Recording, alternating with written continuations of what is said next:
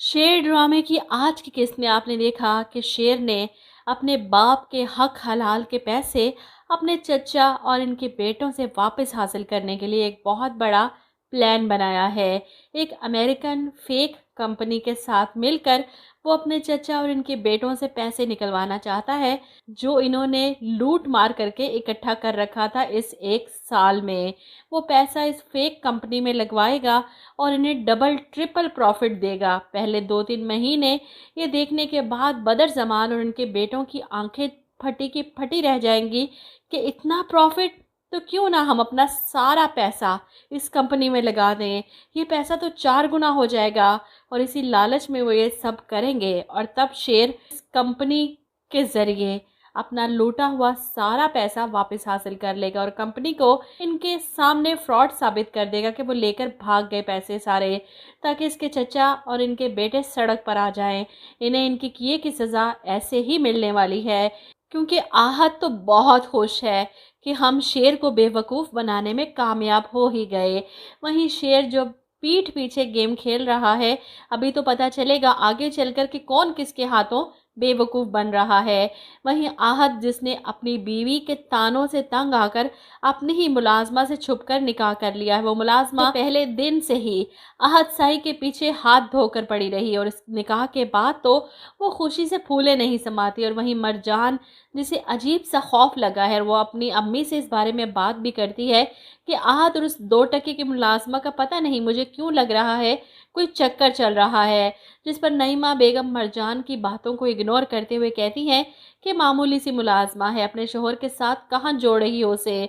ऐसे में मरजान को पता नहीं क्यों घबराहट हो रही है और इसी घबराहट में वो सीढ़ियाँ उतरते हुए पैर फिसलने से सीधी नीचे जा गिरती है। इस वक्त घर में सिर्फ तहमीना और कुछ मुलाजिम मौजूद थे। तहमीना इसे फ़ौरन लेकर हॉस्पिटल भागती हैं और वहाँ पर डॉक्टर इनके मिसकैरेज की खबर सुना देते हैं। ये सुनकर मरजान रो पड़ती है कि मेरे साथ क्यों हुआ ऐसे। वहीं काका साहब इस दुनिया से सुधारने वाले हैं अपनी गलतियों को सुधारे बगैर। आज के एपिसोड में ताज बीबी और काका साहब की बातें सुनकर तो काफ़ी दुख हुआ कि अपने लालच और खुदगर्जी में काका साहब ने अपनी बेटी को घर बिठा लिया और फिर इसकी दोबारा शादी के बारे में सोचा ही नहीं। ये वाकई ताज बीबी के साथ बहुत बड़ी ज्यादती थी और इसका तल्ख होना बनता भी था। खैर काका साहब इसे बड़े प्यार से समझाते हैं कि अपने भाइयों के साथ और अपने भतीजे के साथ बना कर रखो, क्योंकि मेरे बाद तुम्हें इन्हीं के साथ रहना है, वरना बहुत मुश्किल हो जाएगा तुम्हारे लिए। तो आज ताज बीबी इतनी आसानी से बदलने वाली नहीं। इसीलिए तो जब समीर और इसकी माँ ताज बीबी के लिए खाने की ट्रे लेकर आते हैं काका साहब के कहने पर, तो ताज बीबी गुस्से से चिल्लाती हैं कि बंद करो ये ड्रामा, जो चाहिए था वो तो मिल ही गया तुम लोगों को। ऐसे में समीर को गुस्सा आ जाता है, ये तो इस लायक ही नहीं कि इनकी इज्जत की जाए। समरा अपने बेटे पर हाथ उठाती है, खबरदार, फूफो है तुम्हारी, बड़ी हैं। और ताज बीबी समरा पर गुस्सा, रहने दो बीबी, पहले सिखा पढ़ा लिया फूफी के खिलाफ और अब अच्छी बन रही है। वहीं दूसरी तरफ काका साहब अपने दोनों बेटों को अपनी गलतियों के बारे में बताए बगैर इस दुनिया से रुखसत हो चुके हैं। ताज बीबी कमरे में आती है अपने बाप को आवाज़ देने, इन्हें बुलाने, और इन्हें इस तरह बेसुध पड़ा देखकर चीख पड़ती है।